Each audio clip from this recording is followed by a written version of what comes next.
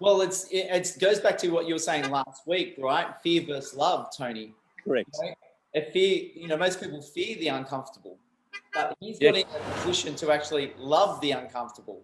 Absolutely. All the times you say that and train the brain to do it, the better that you are going to be at it. Well, he recognizes what's on the other side of the uncomfortable feelings, right? And it's no different to athletic prowess, or not prowess, but just athletic feats, whether it be running 100 meters or 200 meters or whatever it might be. You're going to feel uncomfortable, but you do it enough, and guess what? You then do 500 meters, or you do 200 meters quicker, or whatever it might be. And the same applies to, in this instance, it was a small business. He's got a nice-sized small business, and it was about him loving the fact that he does get shaken and stirred, but he's also responding accordingly. Like a good James Bond martini. David's come on now. And we do want to talk about opinions that you will hear from family and friends at Christmas.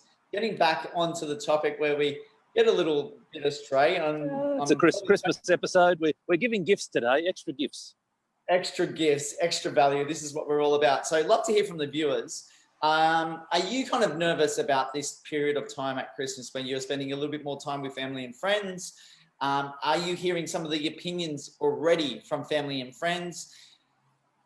Christmas Day tends to be a little bit of an anxious time for us, a lot of people. You know, there's a little bit of rest, a little gathering thoughts. There's a lot of activity and not much else going on. You know, obviously there's not much sport on TV in Australia. That's as an example. You know, there's no work going on for a lot of people. Very little people are probably working during that time.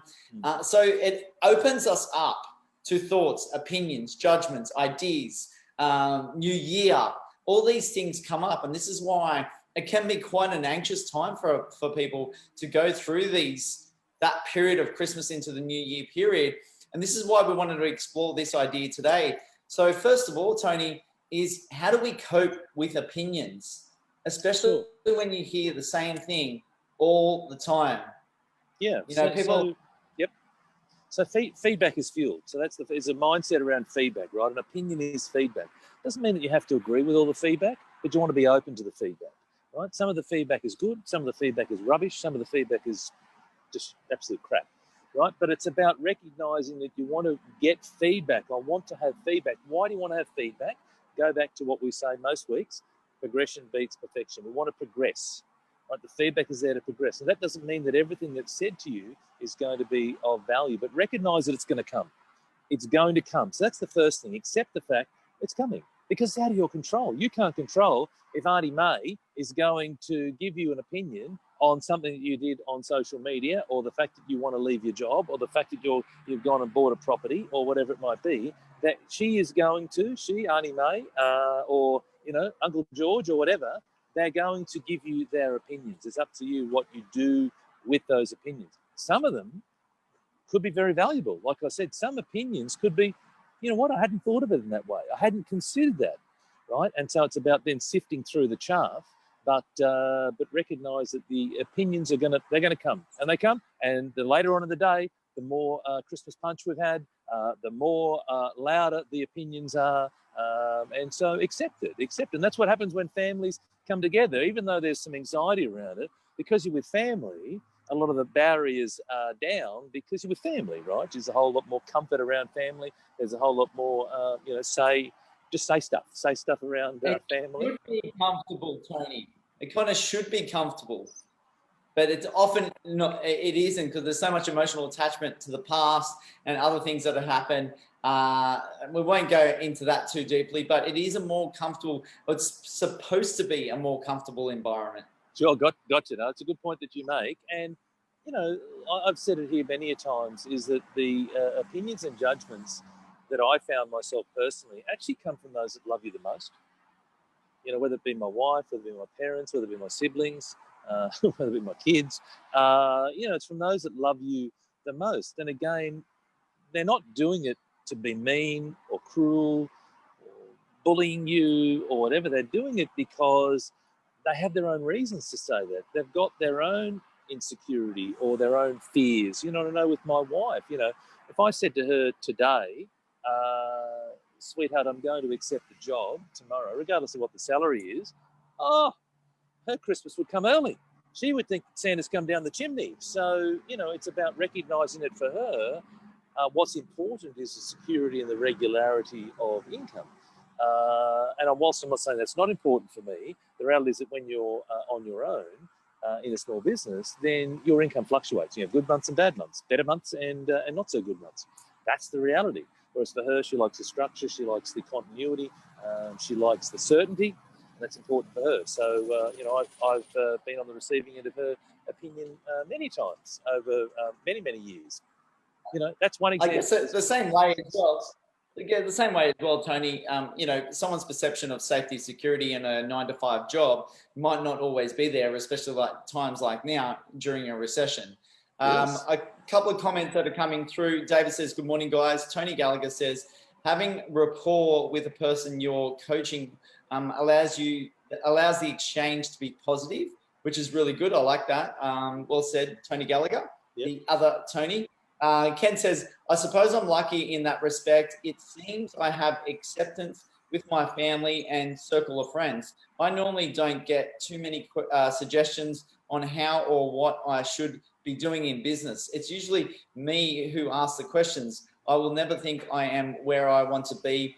We are in an ever-changing world and we need continually to improve and keep up." I think this is why Ken comes to me, where I put those small little ideas and jabs, and I even put some one words in sometimes. And if I was to reflect on this, and I know Ken's still on watching, I don't know if I'm going to get in trouble on this one, but I did write to him yesterday and I wrote the word belief.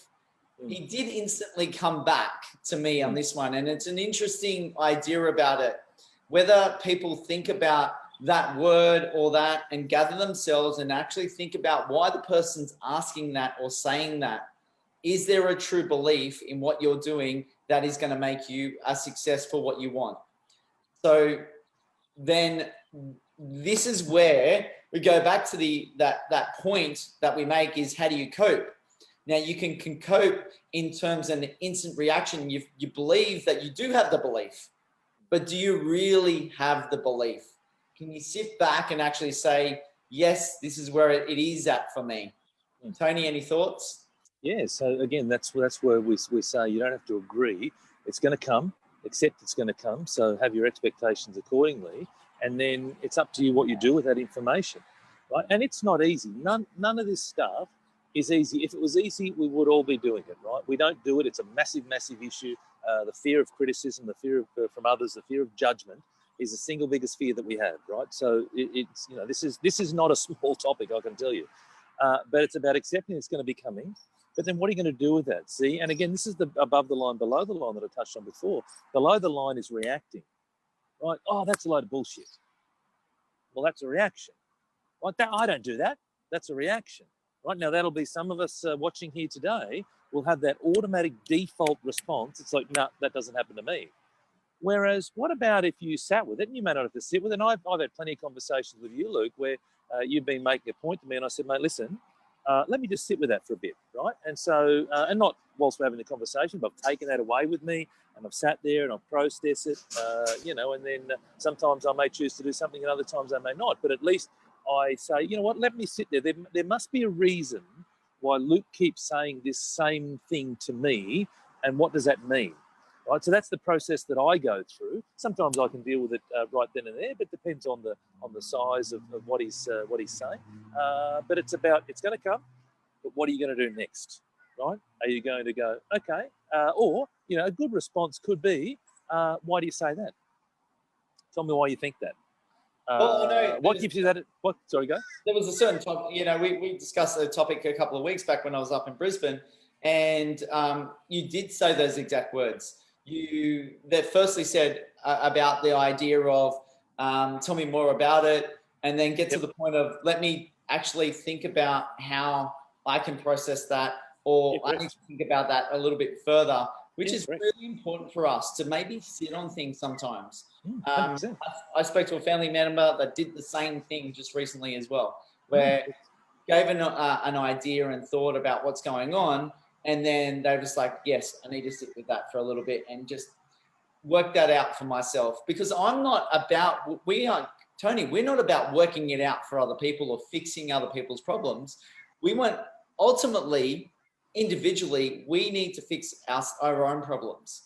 100%. So, you're not going to be there on, Tuesday morning at 6 a.m. when you wake up and you've got some issues come up.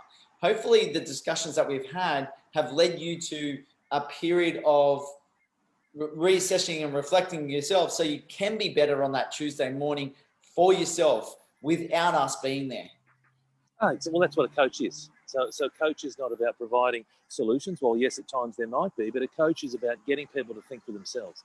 Teach people how to fish as opposed to fishing for them. That's the opportunity. And so, we talk here always around the true measure of success is when you have self-awareness. When you are aware of yourself, right? When you're aware of what you're doing yourself, now you have half a chance. If you're not self-aware, you have zero chance, right? So, but if you're self-aware, you have half a chance. You can still choose not to change, but at least you're aware, and then the rest is entirely up to you.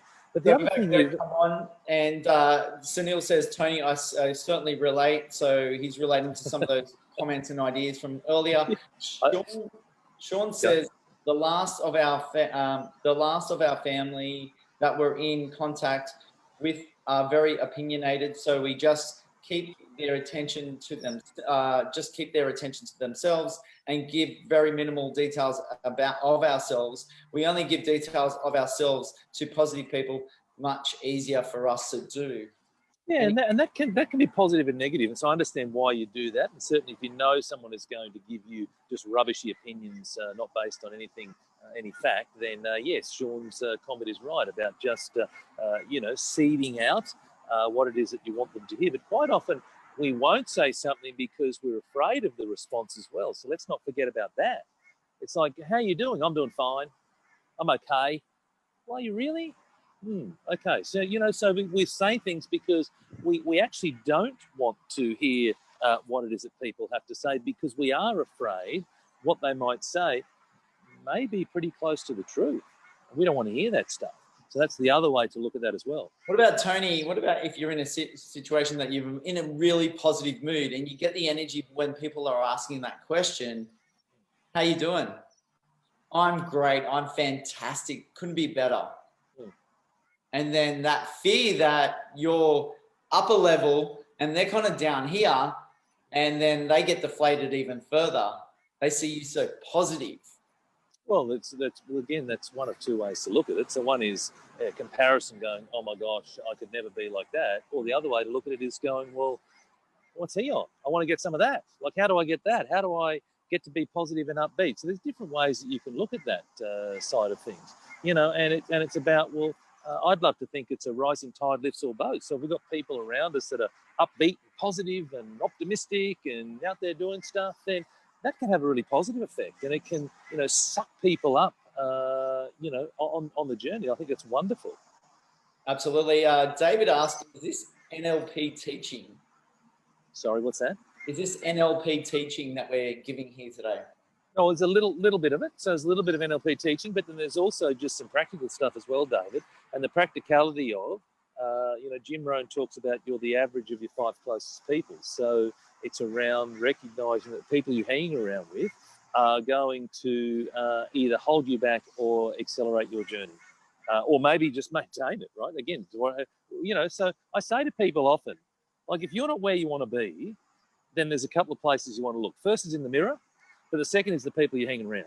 Like, honestly, have a look at the people you're hanging around. If you're not where you want to be, who are you hanging around with? I started to evaluate those people. And I have had plenty of great friends in my life that years and years ago were terrific to go to the pub with, and we'd get on it and all that sort of great stuff. But from a building my career, building my business point of view, bloody hopeless. Right, so then it's about compartmentalising your friends as well, and you can do that where there might be certain events, it might be a footy grand final, or it might be whatever, where it's like, yeah, let's catch up with Johnny and let's go whatever. But there might be other times where it's like, I ain't talking to Johnny because he's just going to distract me, he's going to head me down the wrong path, blah blah blah blah blah. So it's about recognising who you're with. But yeah, two places to look: mirror, and then your close circle of friends, colleagues, acquaintances. A little bit of an ego one for me on this regards. Greg said, "Live like Luke." Yeah, look, in certain regards, I mean, there's some wonderful things that Luke's doing, but then, like all of us, there's opportunities for Luke to improve as well. There's opportunities for me to improve. So it's about, when you say live like Luke, which part of it is it Luke? Is it the consistency of the running? Is it all those types of things? Is it the high energy consistency of Facebook? That's there's all the positive things, and I'm sure that's what Greg is referring to. Hopefully. Mark Bishop just come on and talking about consistency. He's one who has delivered a lot of consistency. We've talked about him in the past in relation to Tony Robbins, and he's delivered a Tony Robbins saying is proximity is I think proximity is power. He goes, power. Proximity is power. Yeah. Proximity is power. Proximity of power. But same sort of thing there. In relation to that, and he's been very consistent in his training, the physical training. And I guess in relation to, and I believe he actually went to, participated in one of the virtual events just recently where, David Destiny, you had to wake up at 1 a.m. in the morning and you're there till like 12 o'clock midday before you got to kind of rest. So incredible. And I met a couple of people that actually did that training. They were put into Airbnb sort of situations where they're in a group of people in lockdown. In that environment. So power to all those people that got involved in that, Mark and many others that did. So well done on that one. Sean has said some people are in our life for a season, other people are there for a reason, and others are there for the entire journey. So, but maybe that chops and changes. So Peter's of course it does. Of course it always chops and changes. And you think today about the people that you're hanging around with today. And if you take Sean's saying, there'll be some people that have been there your whole life. There'll be some people that were there that are no longer there. There are people that are there now that weren't there just recently. There'll be people that are there for a reason. So I think it's a wonderful way to look at it. Yeah, absolutely. Moving on to the next point, Tony, is it good to have the attention? Will it make you think? Will it influence you in different directions? What are your thoughts around that? Is it good to have the attention all beamed on you? Well, some people struggle with it, Luke. Like you and I, probably not so much. In fact, more. But for others, they may really struggle with the attention. And so it's a case of, it's horses for courses, isn't it? And some people, that's why people won't give out all the information. They'll say, I'm fine, I'm doing okay, and whatever, because take the attention off me. Like, go to the next person. Like, let's focus on now. I'm happy to chip in over here, but don't turn it on to me, right? And you'll see that often, where people are happy to give their 20 cents worth with others, but then, very sheepish when it comes to them. So no, it's not about attention, because attention can be quite, can derail certain people because it's just too much for them. Yeah, it's an interesting one. And I guess it's a practice as well, like anything that we're talking about today. All these things, whether it be opinions, the attention, the coping that you need to do when you are receiving the judgments and opinions, that it is a practice. So you might not be great at it to begin with. Well, like riding a bike, you're not going to be great as soon as you ride that bike. The same thing we've got to understand, Tony, is that we're not going to be good at this stuff straight away. And especially if we've struggled with it in the past, you're not going to go, like you say, from here to here in a click of the fingers. No, but you can, again, progression beats perfection. So how can you progress from here to here? Perhaps you could, like we talked about, so ask that one question, which is, why do you say that? What did you mean by that? What is it that I'm doing that leads you to have that particular thought? Right? Be open to the feedback. So when you talk about attention in this setting, I think of it as I am open to the feedback. I want the feedback. Like I crave the feedback, right? And some people might think, well, gee, that's very egotistical.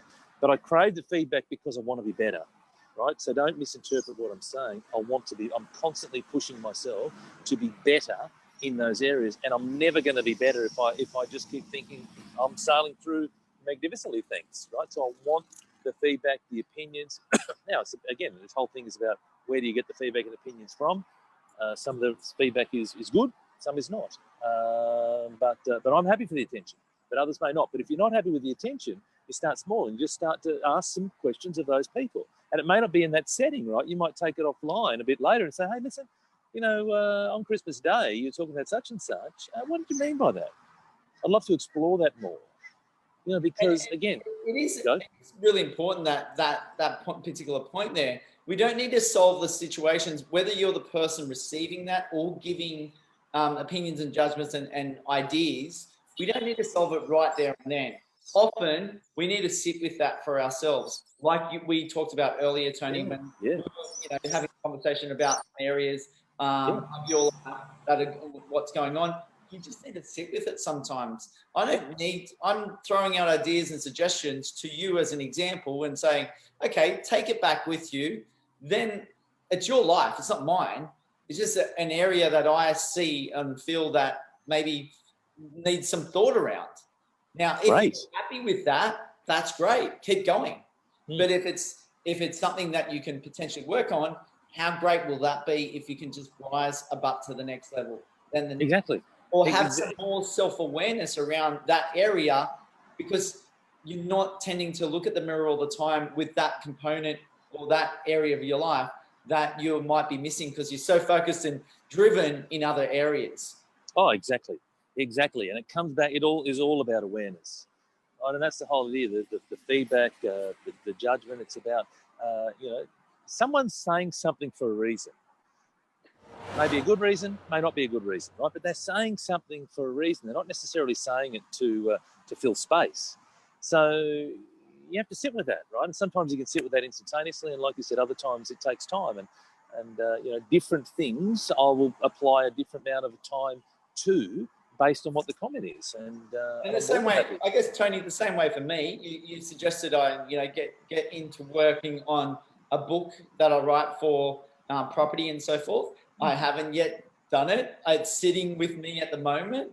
There, I guess, been some changes within the business that I've organised, and that comes as priority. But then maybe I can be doing it on weekends and doing it at other times as well. But it's not something I've really taken a forward step in as yet. It's something that I am looking at, and maybe the timing's not right for me now. So that's a big one for me. And absolutely. And so it comes, that example comes down to, marketing of your business, right? And so there are other priorities. Hey, that's terrific. And this time of year is a wonderful time of year to get ourselves set up for the next year. I think there'll be a lot of people at this time of year who'll just be going, thank God, we made it through given the craziness of 2020. And there'll be other people who say, you know what? 2020 is behind me now. What is 2021 got in store for me? And how can I maximize it? And how can I make sure that 2021 is the best ever? So now's about setting up goals for yourself. So your goal may be from a marketing point of view, to write an ebook, may not be. Great. But as long as you're setting up goals for yourself, for your business, for yourself personally, I think we're going to talk about that in the next few weeks, then this is a wonderful, wonderful time of year to get us to start to look into the future.